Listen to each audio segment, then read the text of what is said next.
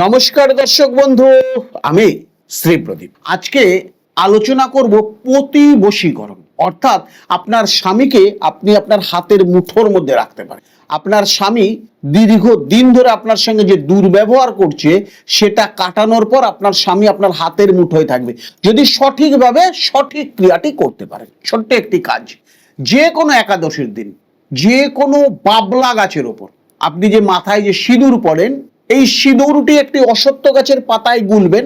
আপনার অনামিকা আঙ্গুল দিয়ে ওই বাবলা গাছের ওপর মাত্রা ছাড়া একটি ব লিখবেন। ব, যে মন্ত্রটি বলছি এই মন্ত্রটি বলতে বলতে 21 বার মন্ত্রটি আপনাকে বলতে হবে।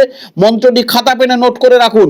ওম রক্ত চামুন্ডে, তারপর প্রতিমে বশ মানায়, ওম হিং হিং হিং ফট। 21 বার ওই বাবলা গাছে মাত্রা ছাড়া ব সিঁদুর দিয়ে লিখবেন এবং ওই একটি বাবলা কাটাকে ভেঙে নিজের আঙ্গুলের মাথায় একটু ফুটিয়ে ওই বাবলা গাছের যেখানে ব লিখলেন ওর মাঝখানে একটু রক্ত দিয়ে চলে আসবে। ঠিক তার 72 ঘন্টার মধ্যে থেকে আপনার স্বামী আপনার এরকম হাতের মুঠোয় চলে আসবে। দর্শক বন্ধু, জাগ্রত টোটকা ইউজ করুন, ফল পাবেন, তারপর আমাকে আপনার মতবাদ জানাবেন।